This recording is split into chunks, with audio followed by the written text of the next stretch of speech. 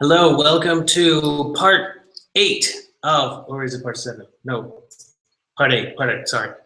Texas Bitcoin Frontiers, Bitcoin Roundtable Discussion. I'm Daniel Kraywitz.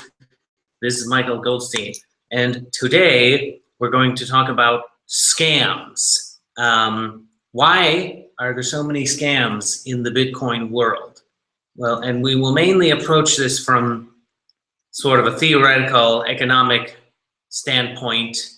But we do have some advice on how to avoid scams too, some practical stuff. Right. And of course, we've gotten in trouble for this before. So we should say up front that when we use the word scam, we're not necessarily making a specific accusation on legal grounds or anything.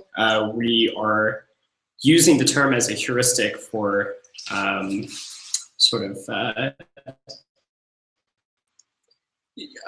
cheating someone out of future profits. Sure. So, well, let's describe your distinction between a trust scam and a time preference scam. Can you tell us about that? Right. Yeah. So I recently wrote an article. I guess it's been like 2 months now. I'm still milking it for all it's worth. An article called "Everyone's a Scammer," in which I argued that everyone is a scammer. And I talked about a section that had a lot of sort of scams that would probably be seen as more actually criminal, and then more, saying wild things like merchants are scammers and hoarders are scammers. And actually, those two types, the ones that are not so much criminal, tend to fall into time preference scams, which all of them consist of getting another person to believe that their Bitcoins are only, like the future value of the Bitcoins shouldn't be seen as valuable as whatever they can get for it right now. So it's sort of scamming their time preferences. So if a merchant sells you a book for a small fraction of a Bitcoin, that's great, and you get a book, but had you held on to that book, held on to that Bitcoin, you could have gotten endless amounts of books in the future post fiat.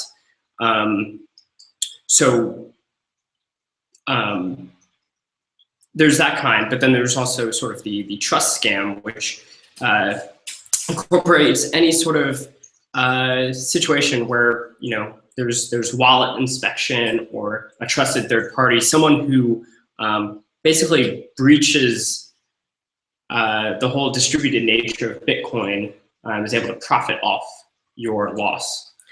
So Mt. Gox, goxing people is a great example. So now you have this distinction, time preference scams and trust scams, but they really kind of smoothly vary into one another. Right. Like it is a conceptual distinction. Right. But there are cases where it's very hard to really say. So let me just give kind of an example of what I'm talking about. Like I could say that the second coming of Christ is next month, and you heard it here first. You might as well give me all of your money, and that'll ensure that you get into heaven, right? That's probably not true.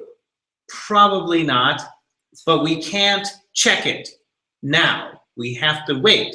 So we don't have an objective test for a scam, like to prove that this is a scam. Of course, people have attempted this many times and have never been correct. It seems unlikely. And now, so that's more like a trust scam, even though it does involve a future event that we can't know for certain about until it happens. So now let's move into something a little more Bitcoin-y, but there's lots of pump and dump stuff with not just altcoins, but crazy businesses, crowdfunding ideas that don't make any sense. If you're doing a pump and dump, you can never, you don't know for certain that that's what they're trying to do. I mean, if you're a victim of one, you don't know for certain that they're doing a pump and dump. there are certain strong indicators. But on the other hand, like if you really believe in some stock, then of course you want to buy some and tell other people about it. And there isn't anything necessarily wrong with that. The problem it's only definitely immoral, and if you own the stock and you're a paid agent to someone and you don't disclose that there may be a conflict of interest. So we kind of have a smooth gradation, because when we're talking about events that are more or less certain in the future. So now if we're talking about the future value of Bitcoin, it's not certain that Bitcoin is ever going to be more valuable than it is now. But given our understanding of money and the nature of Bitcoin, we strongly expect that it should be. It should continue to grow. Right. Well, and if you are holding Bitcoin at all right now, there is sort of that implicit belief that it will be that'll be the case. Yeah, because otherwise, why are you doing it? There aren't a lot of people who can live their whole life on Bitcoin right now. Right. So if somebody is trying to get Bitcoins from you, even if they're selling you a totally legitimate product, you always have to think, like, do I really want this now, or do I want my future value of Bitcoin? And investment, you have to think, I mean, how likely is it really that this thing is going to be more valuable than Bitcoins are in the future? I mean, come on. Right. Now, I mean, there have been cases, where there's been good investments in the Bitcoin world, I'm told. Well, there's Satoshi Dice. That was phenomenal. Yeah. If you got in on that, so I mean, wow. People have made a good profit off a Bitcoin investment, but that's extremely risky. Yeah. And it's not shouldn't expect an investment to be able to beat Bitcoin. In fact, you need to make sure that you're using Bitcoin as sort of the baseline for any of these investments. So there's even cases as well, say an altcoin, where had you gotten in on an altcoin early, you made money, but you also have to make sure that were you making money in dollars or were you making money in Bitcoins? Right. I'm sure there's been, I don't keep up with that, but I'm sure there have been cases where while they made a profit, had they just held on to Bitcoins, they would have made an even greater one. Yeah. Well, I mean, if you had been into altcoins just generally speaking in 2013, you would have done better than holding Bitcoin. Right, before the great Scambian. Yeah. But my problem with this is because the only value of, well, the only potential gains from altcoins is by not being the greater fool, by being the lesser fool.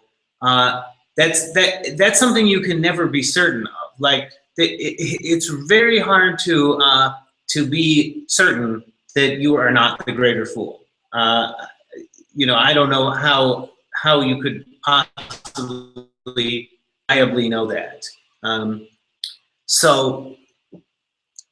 But if you are able to get in on these altcoin manias and make a consistent profit on it, more power to you. Yeah.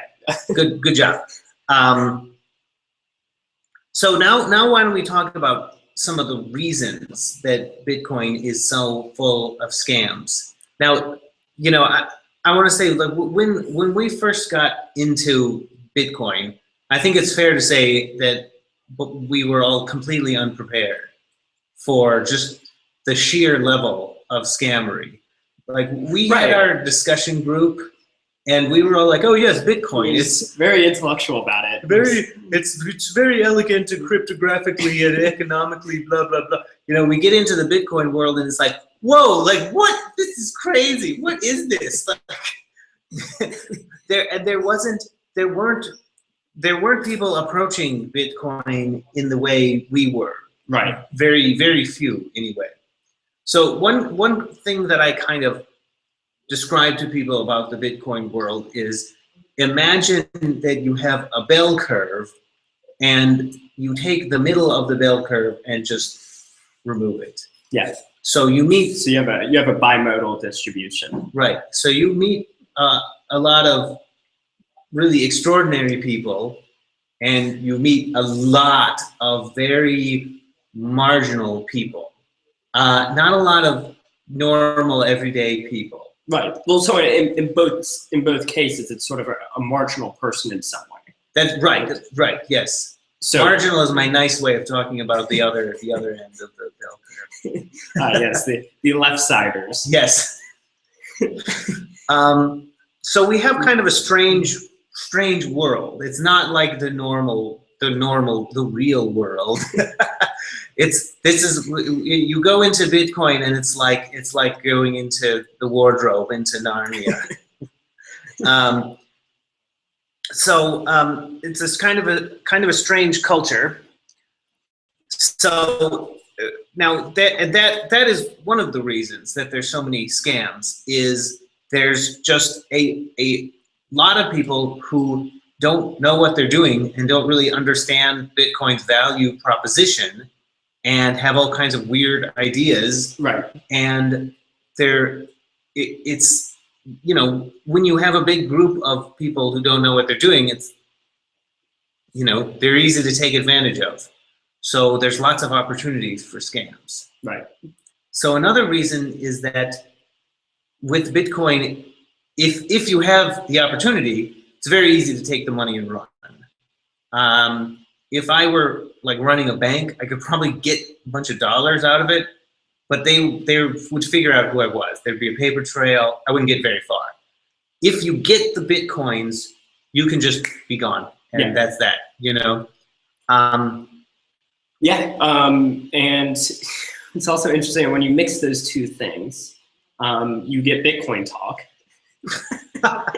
Yeah, right. Yeah. Which I've like constantly, it's just, you know, you know, there's little brackets, ANN, announcement, new thing. And of course, we were discussing this earlier. Both of our favorite scam was Ponzi.io. That was that is so typical of the Bitcoin world. So why don't you explain what happened? Yeah, so someone gets on Bitcoin Talk and announcement, Ponzi.io, and it's I don't remember the exact subject heading, but it was explicitly a Ponzi scheme, which there have been a lot of Ponzi schemes in Bitcoin. Yes. Bitcoin, ironically, not one of them.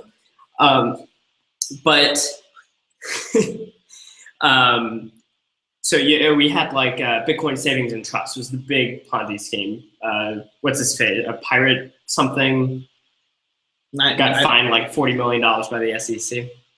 But anyway, so Ponzi.io was, I don't know, playing on this or whatever. They made an address that sort of won Ponzi and said, hey, if you send to this address, we will send you back 120% of your investment. What was the time frame? Ooh, you know? That I don't know how long it basically lasted, but you had an extremely typical Ponzi scheme, which wouldn't be surprising except for the fact of how explicit it was. You would think with a regular Ponzi scheme, it'd be like, you see people start to get suckered in, it gets bigger and bigger until it doesn't sustain itself. Yeah. In this case, they all knew what they were getting into. So they made off with thousands and thousands of dollars worth of Bitcoin. It was an obscene number. I always say an amount, and I always like am under exaggerating what it was. It's like, well, what's funny about it would be the first people who got into it, knowing that it was a Ponzi. Yeah, well, yeah. So the first off, and I have to believe that it was friends of the guy or the guy himself who was doing this, but was getting on like, well, does it work? And then someone else is like, well, I sent it some money.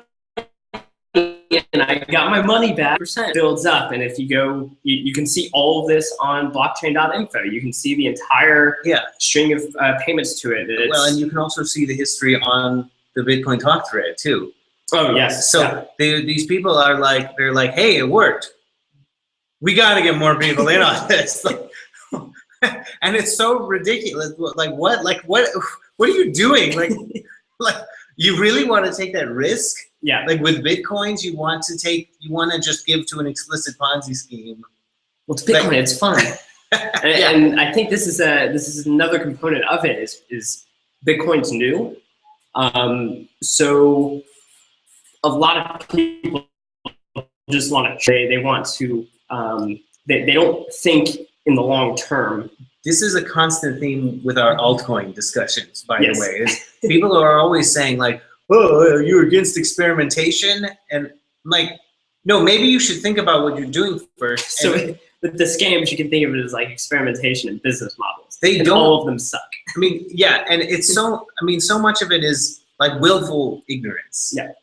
Because they don't want the gravy train to stop. So when I try to argue that the whole altcoin idea isn't going to work, they're like, oh, you doubting Thomas, you know.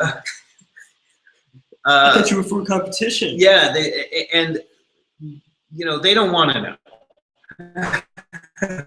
And so let's see what else. So we've got a very rapid growth rate in Bitcoin. So that creates an incentive for short-term thinking, because it's really all about getting as many Bitcoins as possible. Yeah. That's what everything is going on.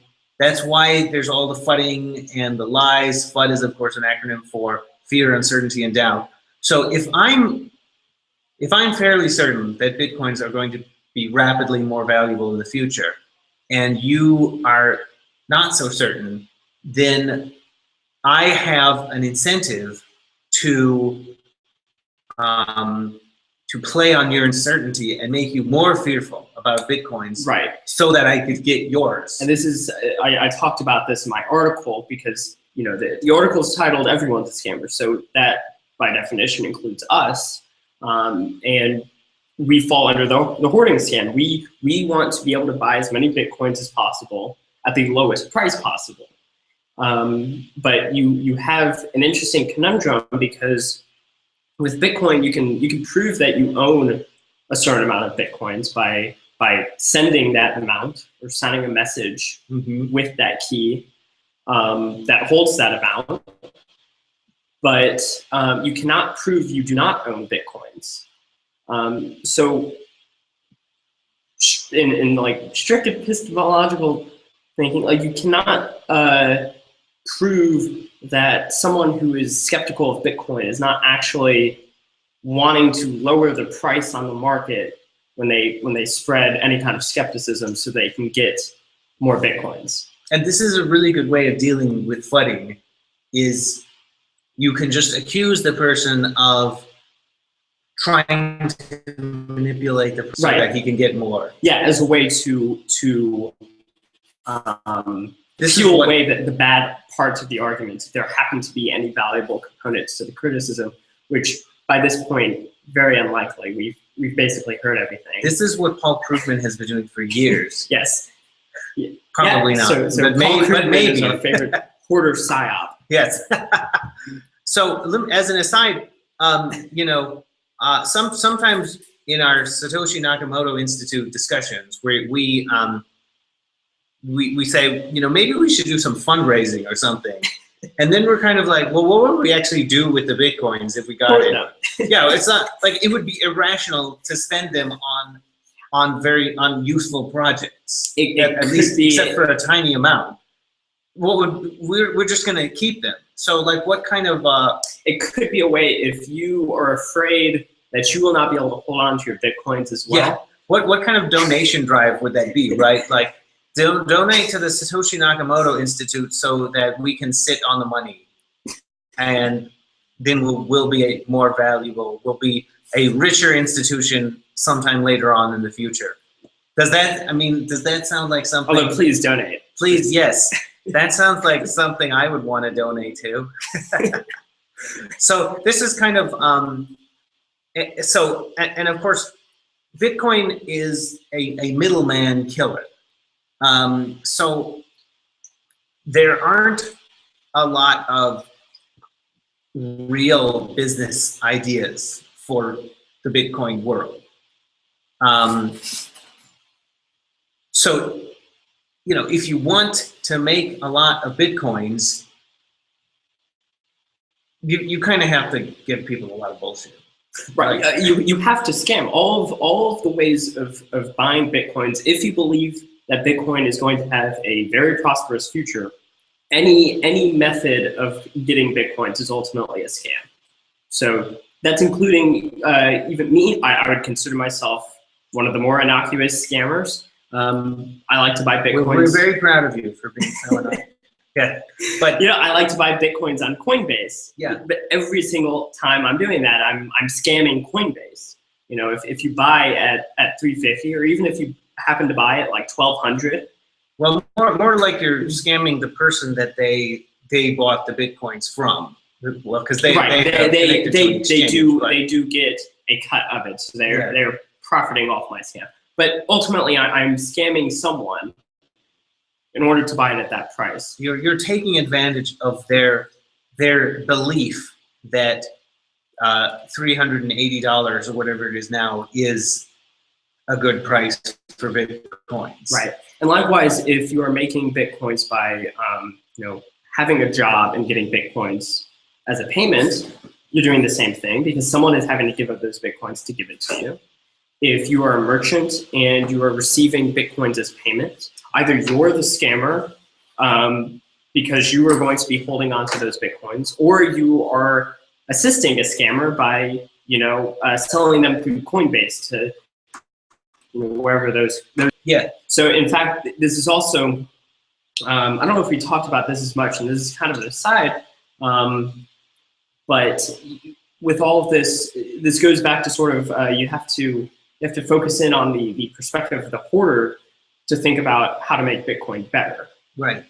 Because all of these are ultimately sort of hoarder scams. So let me just reiterate this point that scam is a heuristic, not necessarily an accusation. Right. So we're talking about a smooth gradation between people who can be extremely dishonest and people who are only, you know, a little bit dishonest. Like, so if we're playing poker, I have to keep my poker face, even if I have a brilliant hand. You know, that's a little bit of dishonesty, but it's not ethical. And in the same sense, like, if I am trying to get Bitcoins, you know, I'm not going to be telling the people selling them to me that I don't think they should be selling at that price, you know. But that is a perfectly acceptable level of dishonesty. Whereas lots of other stuff in the Bitcoin world is a horrendous and unacceptable level of dishonesty. So another thing is that not all scams start out as scams. So there's kind of some ambiguity there as well. Like Mountain Gox was probably not originally intended to be a scam. No, it's just a poorly made website. It's just that Mark Karpelès was not the person who should be doing this. He's not a person who should have a giant business. Yeah. Although on a side note, I remember seeing a link to or maybe there's a screenshot of the old Mt. Gox post on Bitcoin Talk. Of course, it was on Bitcoin. Yeah, incredible incompetence from the beginning. Yeah, which this must have been before Mark Karpelès took over or whatever. But very first day, someone signed up and then figured out that apparently passwords were being stored in plain text. Yeah, well, he just looked at the post request. Okay. And yeah, plain text passwords. So it was a little bit crazy right from the beginning. But at the same time, what else were you going to exchange? There's the Bitcoin OTC market, but and it was well known that Mt. Gox was shady business. I'm just glad that I got through it without losing anything. But like I had no idea how bad things were. But once when it died, we realized that it had been deceptions and lies for a while. Yeah. And the craziest part was during its death now, right? A new kind of story came out about it every day, and everyone was totally implausible. And clearly misdirection or lies, like the malleability stuff. Transaction malleability. Complete bullshit. Hacker stuff. Was there a hacker? I don't know. Well, and of course, this goes back to the issue that it is so easy to just simulate a hacker. Like if you're storing other people's Bitcoins, you just say, oh, a hacker got them. Oops, you can't prove that you're not the same person as the hacker. Right. So the trusted third parties in Bitcoin are not only insecure, but it's super insecure. It's like an extreme liability to be it's allowing someone else to hold values. Totally bizarre. I remember, of course, the original Silk Road had a great reputation, and it existed for a while, and they did a lot to develop this reputation. But other darknet businesses have not. See, well, there was the one, was it Atlantis? Or yes. That also played off the transaction malleability after Mt. Gox did. It was like, oh, we got hit by transaction malleability too. Yeah. We lost everything. Yeah. Yeah, like, of course you did. And I remember there was like a stock market that came out on the darknet for a while, right? Oh yeah. And I was like, you don't know who this guy is. Like, what are you doing sending Bitcoins to him, right? I was like, I'm gonna wait a couple of years to see that nothing happens before I use this. That was my thought but it was days later that it just disappeared with all the Bitcoins that people had sent it. And it's like, well, I mean, what were you expecting? So there's a severe lack of best practices in Bitcoin. It's, this is kind of a new thing. And of course, hasn't been professionals from the financial world that have been doing it. It's been just enthusiasts who are starting businesses who don't know about what the best practices should be. And of course, Bitcoin works a little bit differently. It's not really clear what exactly the rules should be. So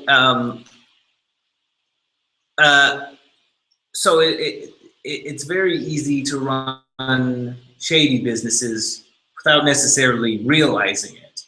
And there's also a culture which sort of doesn't care about whether a business is shady. It only matters if they have the money.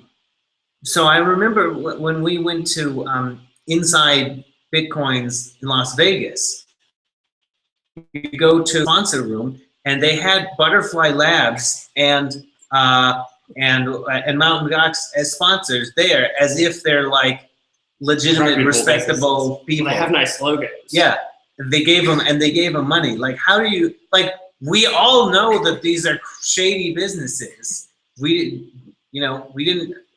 didn't know how bad they were at the time, but I was like, Mt. Gox and Butterfly Labs. I mean, come on, like, why aren't they being shunned at this point? What is the problem? Like, we know that they're not doing things properly at all. But it's like they have the money, so they're magically respectable in the Bitcoin world. It's gotten a lot better, I should say, but I mean, there's still a long way to go. Yeah. and that, Butterfly Labs, that was another one that that was bad. I had no idea how bad it was until it blew up. Yeah, and of but course, now we watch. There's the documentary that came out recently, the Rise and Rise of Bitcoin. Yeah, and the sort of main character, one of the main characters of the documentary, had paid 2,700 Bitcoins to Butterfly Labs for some mining equipment that never came. Yeah, and of course we now know that it was deliberately started as a scam, and they had no intention of treating their customers properly. They had a big room of testing, right? That was never allowed to be empty.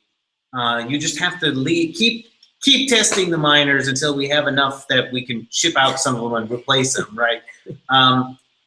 So it's not a customer-oriented business at all. And let's see, what else we got? Oh, onto the theme of the lack of best practices and treating scammy businesses as if they're valid because they have the money. So this, we recently noticed this story on Let's Talk Bitcoins. This is episode 162 that is about scams. And let me just read what our friend wrote about it. The entire show has been about scams and a very preachy, patronizing litany of advice about avoiding scams. For the last 10 minutes, they've been talking about a Ponzi that claimed to be doing arbitrage between exchanges and offered a guaranteed return. It blew up, and the operator had a ridiculous excuse that a hacker had stolen the funds while he was preparing a proof of self. Yeah, right. And of course, this business was operating out of Panama. So of course, very, very reputable sounding. Everyone laughs about how ridiculous the claims are. They scold him and his scheme. They preach and teach the audience how to avoid a scam like this. Then, as an aside, after 10 minutes of this, Stephanie Murphy says, "Hey, I just want to apologize because my voice was used in a video to promote this scheme." Andres tells her that there's nothing to apologize for because her voice is an endorsement and nobody should be mad with a contractor that helped put together promotional material. She says that she does have standards. She won't do voiceovers for governments or religious groups.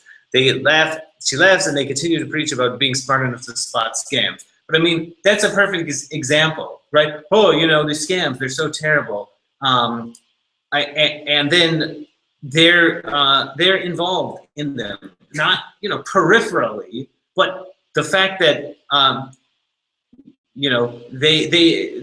but the fact that so much of the Bitcoin world is scammy means that if you want to make money, you basically have to work for shady people. So it's like, oh, well, I guess it's okay. It's not an endorsement just because your voice was on their promotional material, right? Donate to the Satoshi Nakamoto Institute, by the way. This is a good example of how bizarre it is around here. Let's see, how long have we been now? Oh, plenty of time. So another great story that came out recently is the history of Next Coin, well, just Next, which we now know was also deliberately set up as a scam. So these people once contacted me and they wanted me to endorse them and they wanted me to look over their stuff. And, all I did was respond with my article, The Problem of Altcoins. And that was my entire response to them. And they said, we're not an altcoin, we're a crypto ecosystem. Oh. Yeah, right. Pardon me. Yeah, we'll use a nice slogan, that'll convince you, right? So I told them, get rid of the currency aspect and then I'll take another look at it. And just get rid of the currency, then it could be okay. But this whole thing was started as a scam by someone known as JI777, or at least he was involved.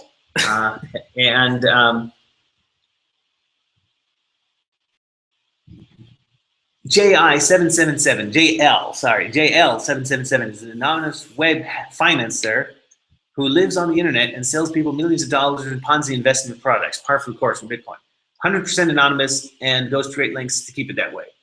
So this anonymous identity, well, pseudonymous, was in creating the next project, and we now know, because of this expose by let's see, Blue Meanie. Blue Meanie, sorry, yeah, that the whole process was one of deception and bad practices, and keeping people from knowing about it. And of course, during the whole time, he realized that something was going on, but he tried to work the system from within. And he complains in his article that JL777 wasn't interested in doing anything on the level. So he finally came out and started telling people. Yeah, this is another problem, because why didn't he come out about this a little bit sooner? Yeah. Well, I didn't, well, I don't want to put words in his mouth, but it was, I mean, I understand, like, he was put in a bad position. Yeah. And once he did come out, he was sort of the target of a lot of lies to try to discredit him. So it certainly wasn't an easy thing to do. So I think this brings us probably to like the most important part of what we have to say is how to avoid all of this, which I would say is just about gaining the ability to understand what is actually valuable for Bitcoin, so that you can have some sort of heuristic to avoid stuff that doesn't actually work towards that value proposition. So our investment strategy for Bitcoin is basically going la la la la la la la la la la la. Donate to SNI. So basically just the value, you improve the value of the Bitcoin network by creating demand and for Bitcoin, by buying it, and which of course shows people that there is a lot of belief that Bitcoin will be more valuable in the future, and it also provides liquidity for trades to take place in the present, and that in itself is extremely valuable for Bitcoin. You don't necessarily need to do anything else, and think very, very carefully before spending Bitcoins, especially on a different investment like a startup or any of the other nonsense being floated around. I mean, I say startup because that's something that could possibly turn into a good investment. Almost nothing else, it could even conceivably turn out well. But even most startups are going to fail. Like, it's very unusual to find a startup that's going to do better than the Bitcoins themselves. So so just I don't know, and of course that people have the incentive to FUD you. So just try not to listen to the insanity. Right. I guess in a sense, you want to treat Bitcoin as an intellectual thing,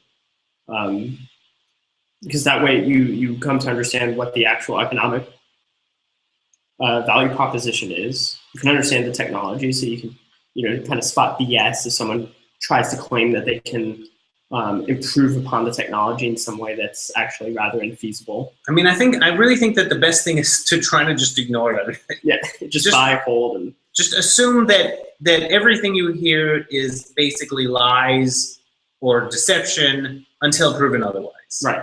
And if you don't see evidence that something is not deception, just ignore it.